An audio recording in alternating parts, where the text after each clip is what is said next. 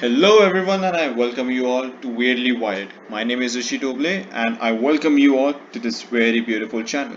So आज हम लोग इनऑर्गेनिक के कुछ क्वेश्चंस करने वाले हैं, particularly 11 क्वेश्चंस करने वाले हैं 25 फरवरी शिफ्ट 1 के मेंस के पेपर से, right? So before beginning, this is the chemistry DPP1. ये first video है in the series that is going to come.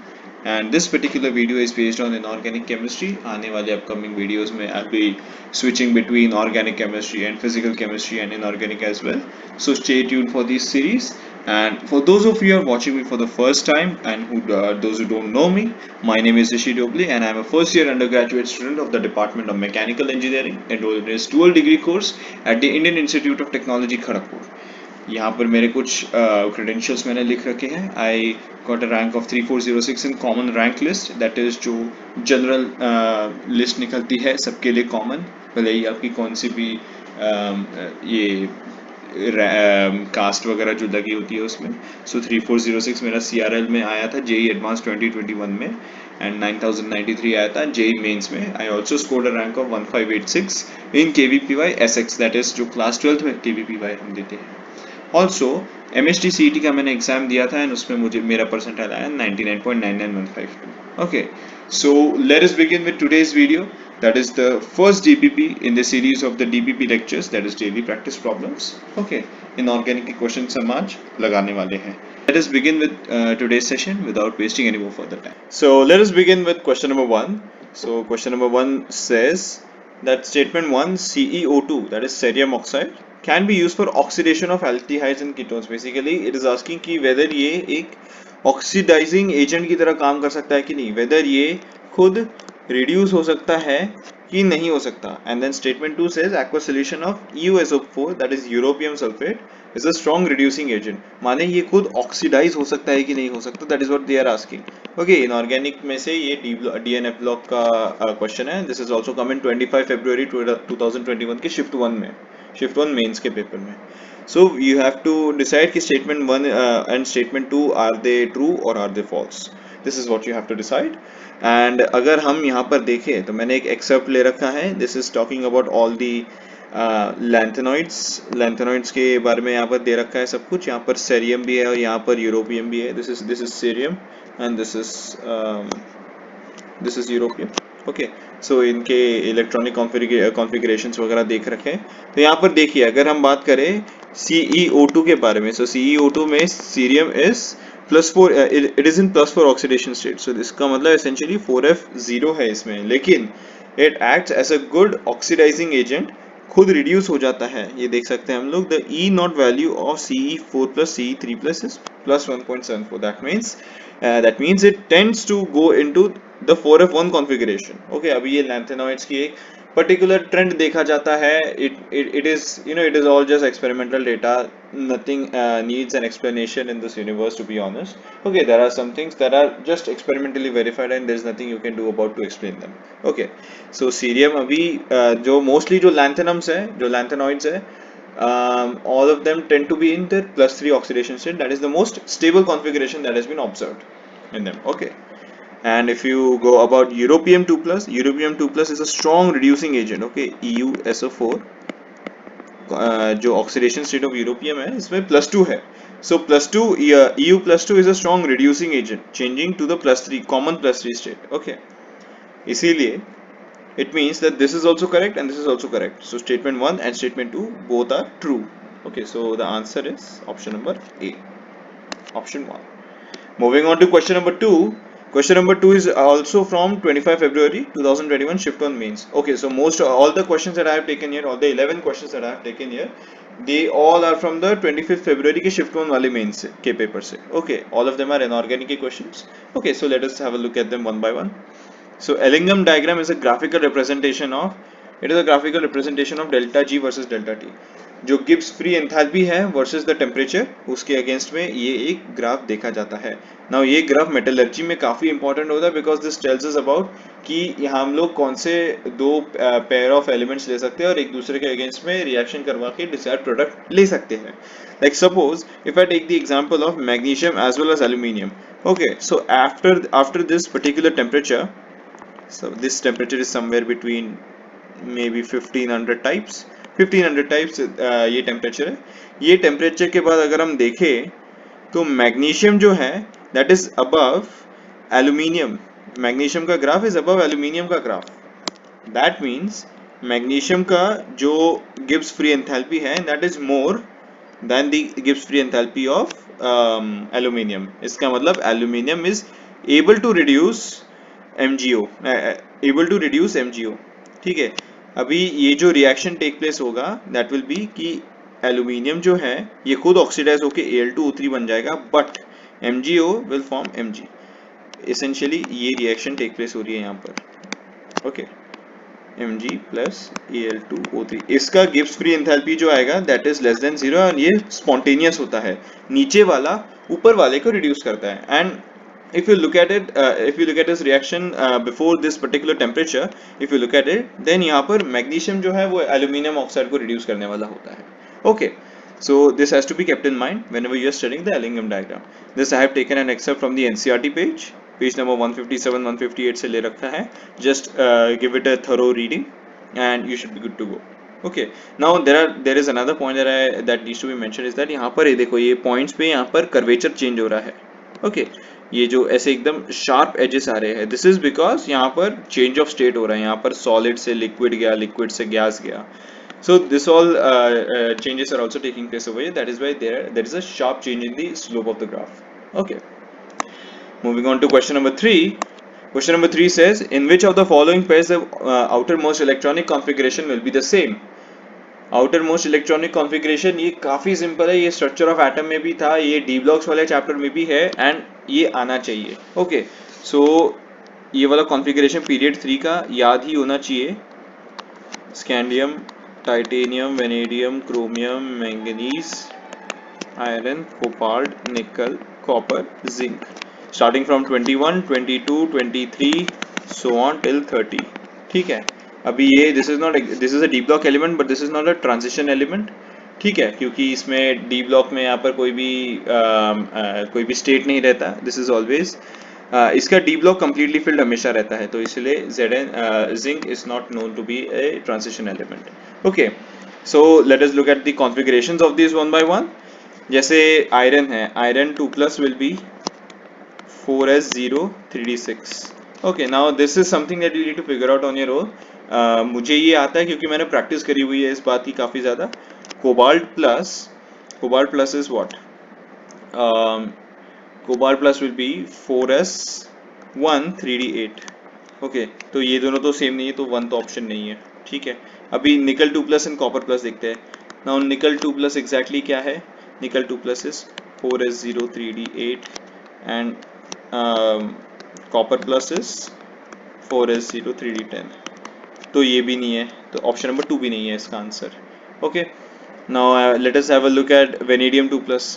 Now V2+ is V2+ will be 4s0 3d3 and chromium plus will be 4s0 3d5। तो 3 भी नहीं है option, तो answer तो वैसे इसका आना चाहिए 4। सो let us have a look at 4। Cr plus 4s0 3d5 है, Mn2+, let us have a look at Mn2+ as well, so Mn2+ will be 4s0 3d5। 4s2 3d5 होता है वैसे मैंगनीज, बट +2 है तो 4s0 3d5 होता है। सो option number 4 is the correct option. ठीक है, काफी सिंपल क्वेश्चन था, this is a question that you should not skip. Okay, now this question can be a little tricky, थोड़ा सा इंटरेस्टिंग क्वेश्चन है ये। It talks about the correct statement about B2H6, that is diborane. It is all BHB angles are 120 degree. The two BHB bonds are not of same length. I'm really sorry about the background noise. Its fragment BH3 behaves as a Lewis base. And option 4 is terminal BH bonds have less B character when compared to the bridging bonds. Now let me draw the structure of let me show you the structure of diborane.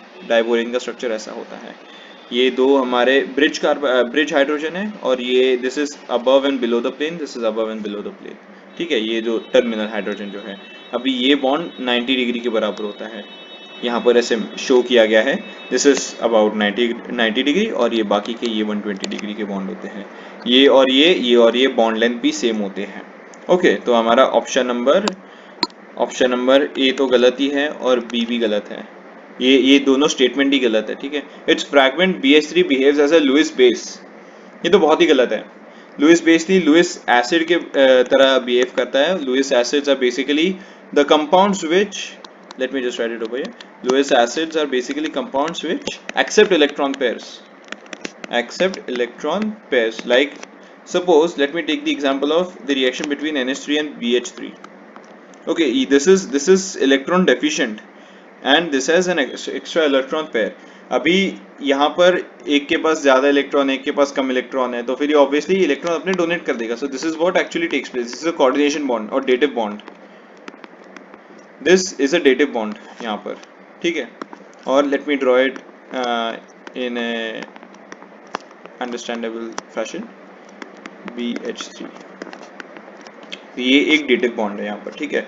ये अपने electron का pair दे रहा है और ये ले रहा है, एक्सेप्ट कर रहा है. So this is a Lewis acid and this is a Lewis base. This is essentially N acid based reaction, ठीक है. तो इसका मतलब ये वाला ऑप्शन भी गलत हो, तो option the correct option is option number 4. Terminal BH bonds have less B character as compared to bridging bonds, क्योंकि यहाँ पर इलेक्ट्रॉन ज्यादा है, इलेक्ट्रोनेगेटिविटी ज्यादा है, and all that stuff, ठीक है. Moving on to question number 5.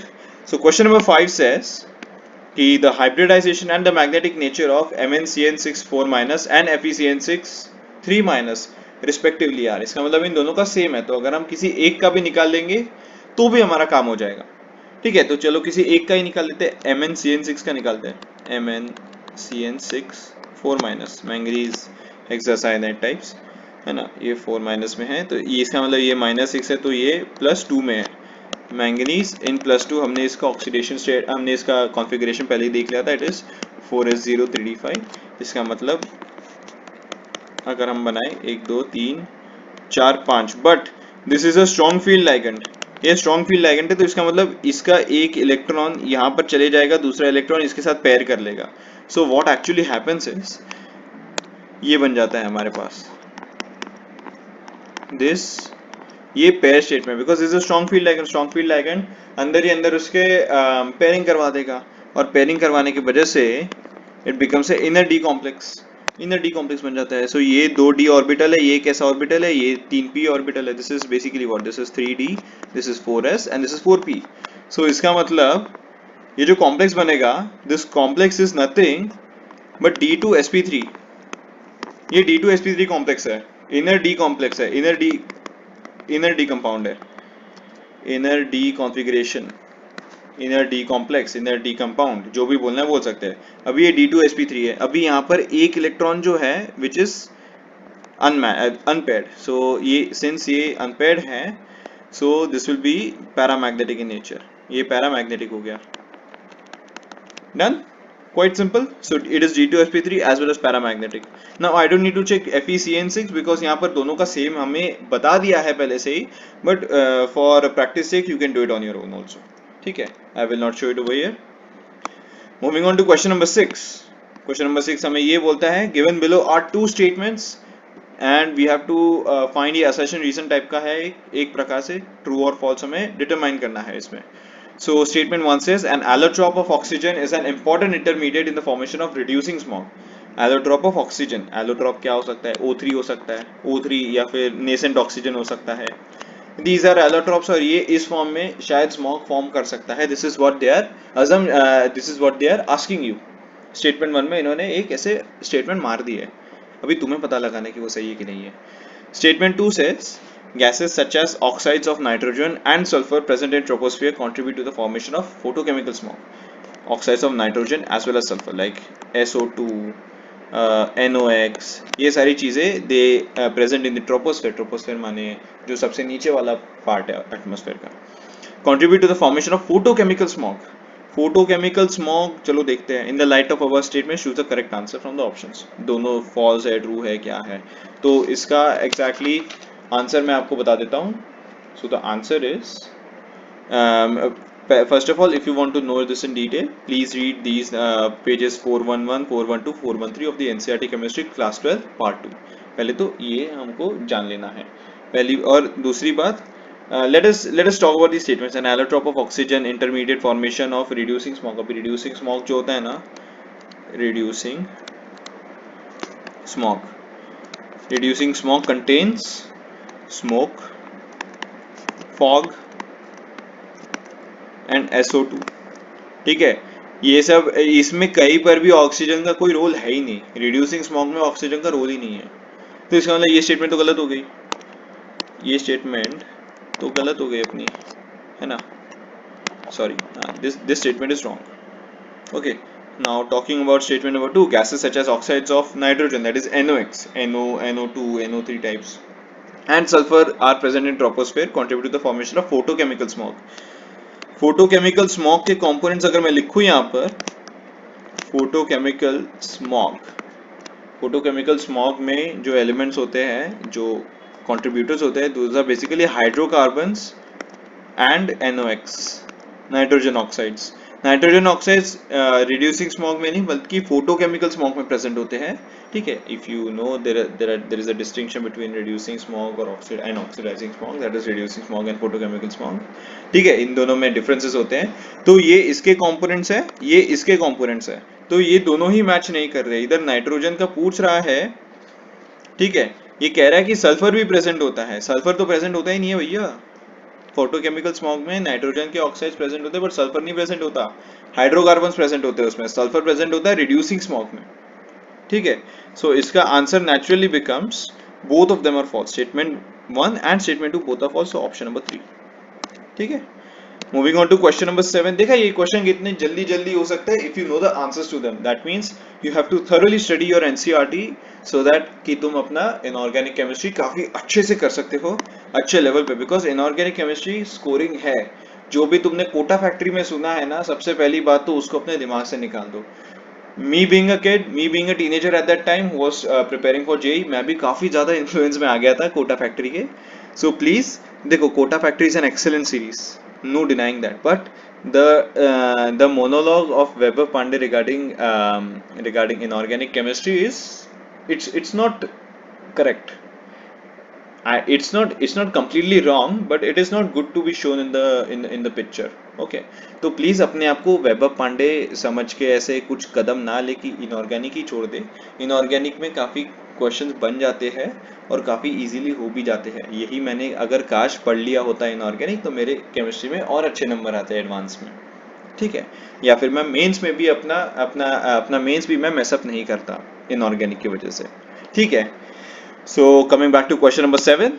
So question number 7 says, which of the following equation depicts the oxidizing nature of H2O2?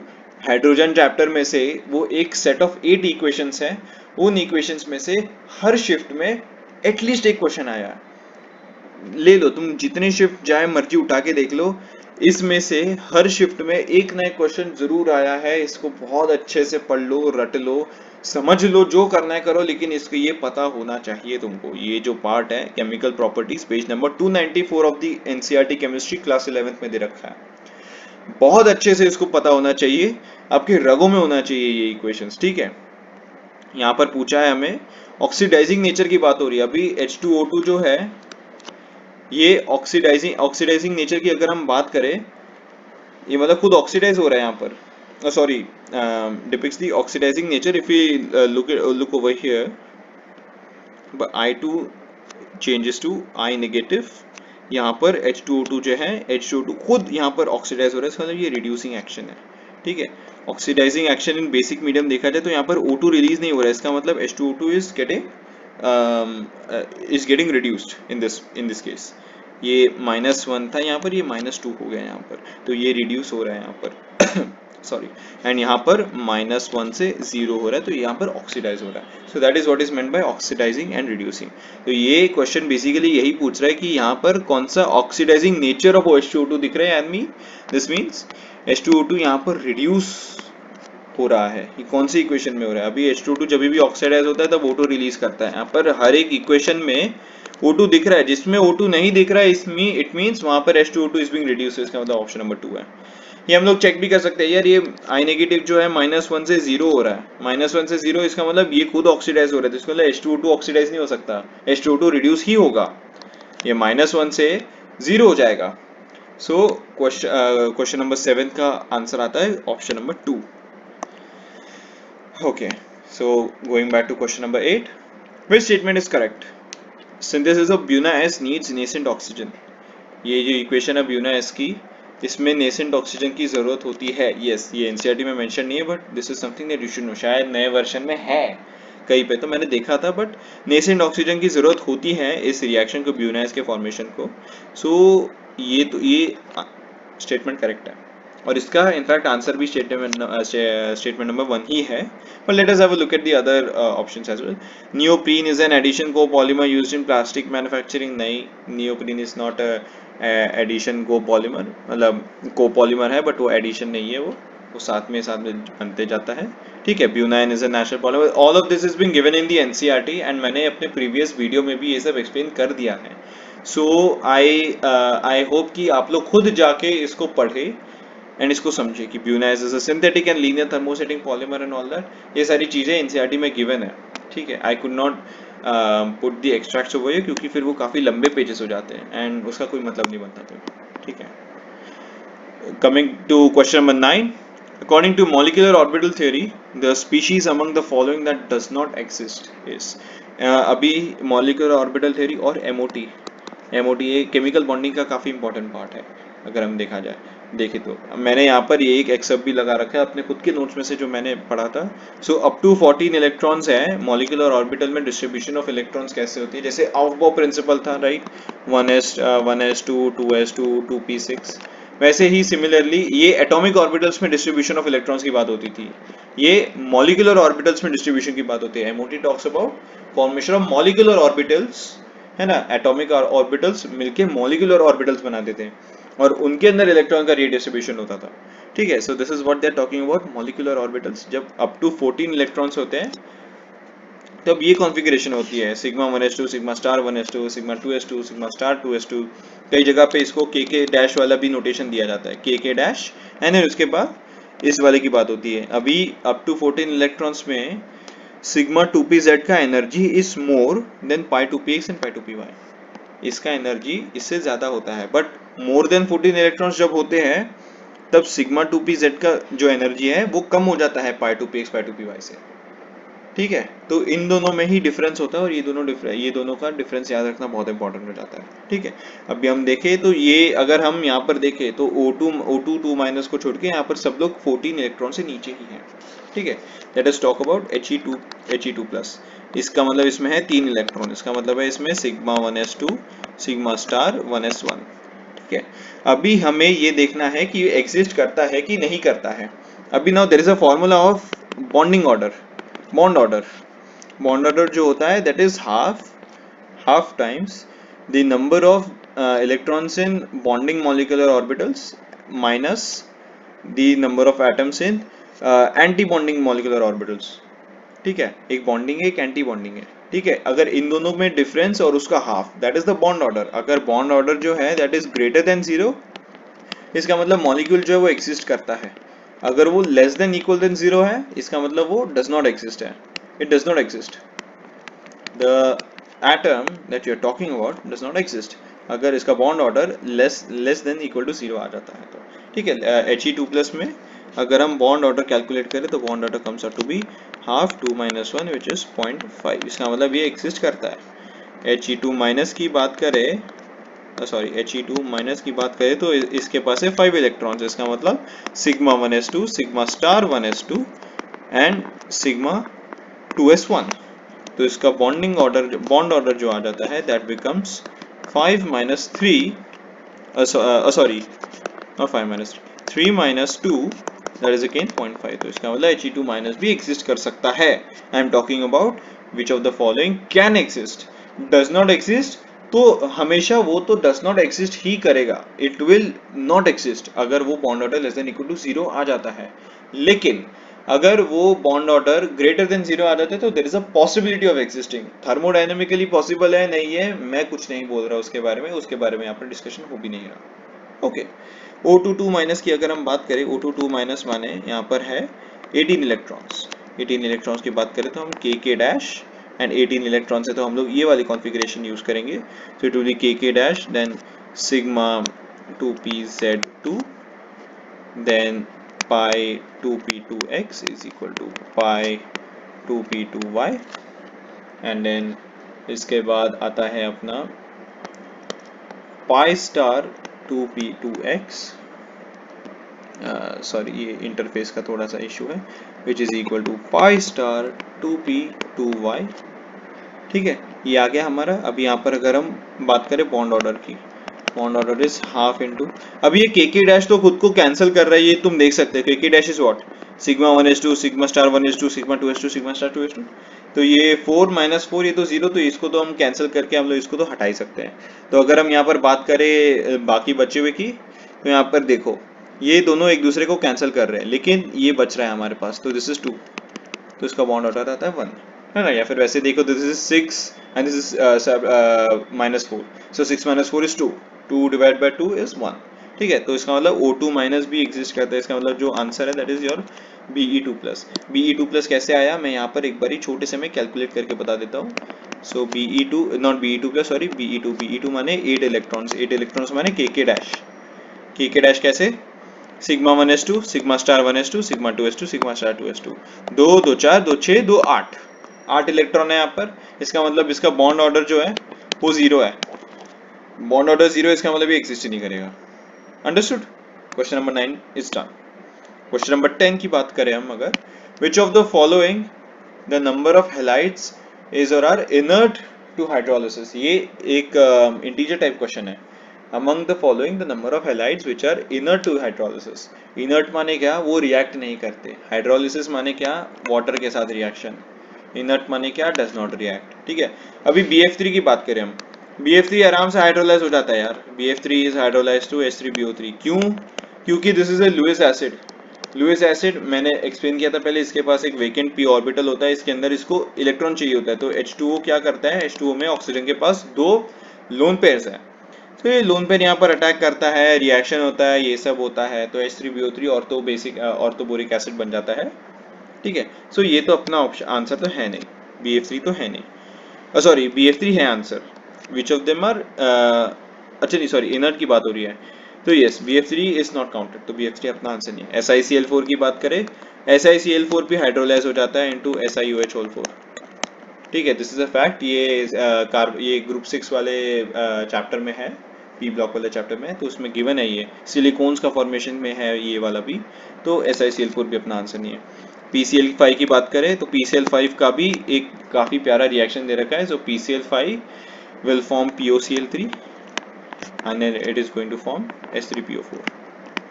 ये हाइड्रोलिसिस से ही होता है ये सब, तो इसका मतलब PCl5 भी नहीं है, तो आंसर है SF6। अभी SF6 क्यों, SF6 क्यों आंसर है इसका, बिकॉज SF6 का कॉन्फ़िगरेशन हम देखें, स्टेरिकली काफ़ी स्टेबल कॉन्फ़िगरेशन है, ऐसे एकदम मस्त सा, हर जगह से सब कुछ सिमेट्री है, बहुत सिमेट्री है इस कंपाउंड में, इतना सिमेट्रिकल कंपाउंड है कि ये छोड़ना ही नहीं चाहता खुद को, है ना। ये ऑक्टाहेड्रल फॉर्म है, ये सारे बॉन्ड लेंथ इसका थोड़ा सा ज़्यादा होता है FF का एक्सियल लेंथ में, सॉरी हाँ इक्वेटोरियल लेंथ में, sorry not axial, this is axial, this is equatorial, so थोड़ा सा बॉन्ड लेंथ ज़्यादा होता है, लेकिन ये 90 है, ये भी ऑलमोस्ट अप्रोक्सीमेटली 90 के आसपास ही होता है। ठीक है, इतना सिमेट्रिकल मॉलिक्यूल है कि ये मतलब अपनी सिमेट्री छोड़ना नहीं चाहता, तो इसीलिए the answer here becomes 1। Okay, coming to the last question number 11, this is from this is a question of chromatography। Chromatography I am not sure किसी को याद होगी, तो ये मोस्टली हम लोग सरफेस केमिस्ट्री वाले चैप्टर में पढ़ते हैं अबाउट क्रोमेटोग्राफी। यहाँ पर they are asking about RF value. अभी RF वैल्यू एग्जैक्टली क्या होता है, RF value is the ratio of distance travelled by the solute divide by distance travelled by the solvent. मतलब कोई भी सोल्यूट अगर हम उसमें डालते हैं तो वो कितना फैल सकता है, वो कितना ट्रैवल कर सकता है with respect to the solvent. अभी सॉल्वेंट है तो सॉल्वेंट ऑब्वियसली ज़्यादा ही रिएक्ट करे, ज़्यादा ही ऊपर मूव करेगा। ये जो कोई भी सोल्यूट उसके अंदर हमने डाला है वो कितना ज़्यादा उसमें सॉल्वेंट के रिस्पेक्ट में फैलेगा, that is what they are asking. कितना ज़्यादा वो मोबाइल है उस फेस के अंदर, कितना ज़्यादा मूव कर सकता है उस फेस के अंदर, सो वही RF वैल्यू से डिटरमाइन हम कर सकते हैं। तो A जो है this is the base line, base line के ऊपर A कितना गया, 2 सेंटीमीटर गया, एंड सॉल्वेंट कितना गया, यहाँ पर है 5 सेंटीमीटर गया। तो इसका आंसर बन जाता है 0.4 विच इज 4 इंटू 10⁻⁻1। ठीक है, सो इसका आंसर बन जाता है 4। हमें 10⁻⁻1 के फॉर्म में निकालना था, तो इसका आंसर है 4। Let me just write it in, this is answer is 4। ठीक है, so with this we come to an end to the first DPP of chemistry. And इस डीपीपी में हमने इनऑर्गेनिक केमिस्ट्री के बारे में बात करी थी। सो इनऑर्गेनिक केमिस्ट्री पढ़ने का सबसे बेस्ट तरीका ये नहीं है कि तुम एकदम सब कुछ रट लो। बेस्ट तरीका ये है कि तुम जितने हो सके उतने क्वेश्चंस लगाओ, इसके जितने हो सकते उतने क्वेश्चंस सॉल्व करो, whether it be back exercises of the NCERT exemplar, previous year questions जो हम अभी कर रहे हैं, ये सारे अभी 25 फरवरी शिफ्ट 1 के ही थे ये क्वेश्चन सारे। तो ये क्वेश्चंस आने की पॉसिबिलिटी है। सो तुमको एक आइडिया है, एक रफ आइडिया है तुमको कि ऐसे क्वेश्चंस आ सकते हैं। So these are the type of questions that I need to practise whenever I be studying for inorganic chemistry। and अगर तुम inorganic chemistry की किसी भी क्वेश्चन में अटक जाओ तो उस टाइम पे एनसीईआरटी रेफर कर लो, विकीपीडिया है, विकीपीडिया से पढ़ लो। There are so many excellent articles on Wikipedia about the topic you want to search, be it any topic. ठीक है, तो वहाँ ऐसे इतने सारे सोर्सेज है तो तुम पढ़ सकते हो, तुम्हें बेशक पढ़ना भी चाहिए। जितने हो सकते हैं solve as many questions as possible, solve question, that is the best method to approach inorganic chemistry, solve questions, that's all I am going to say, solve questions। and solve नहीं हो रहे तो तुम थ्योरी पढ़ो।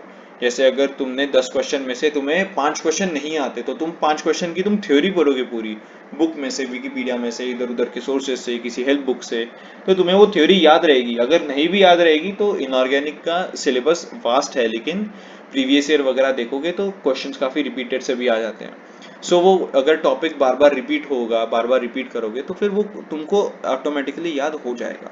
मैंने and में यही करके थोड़ी बहुत अपनी लज्जा बचा ली थी इनऑर्गेनिक केमिस्ट्री में। So that is what I will also advise you to do. Last का 1 महीना बचा है तो 1 महीने में इनऑर्गेनिक केमिस्ट्री के ऊपर ध्यान दिया जा सकता है और काफ़ी अच्छे लेवल पर पहुंच सकते हैं।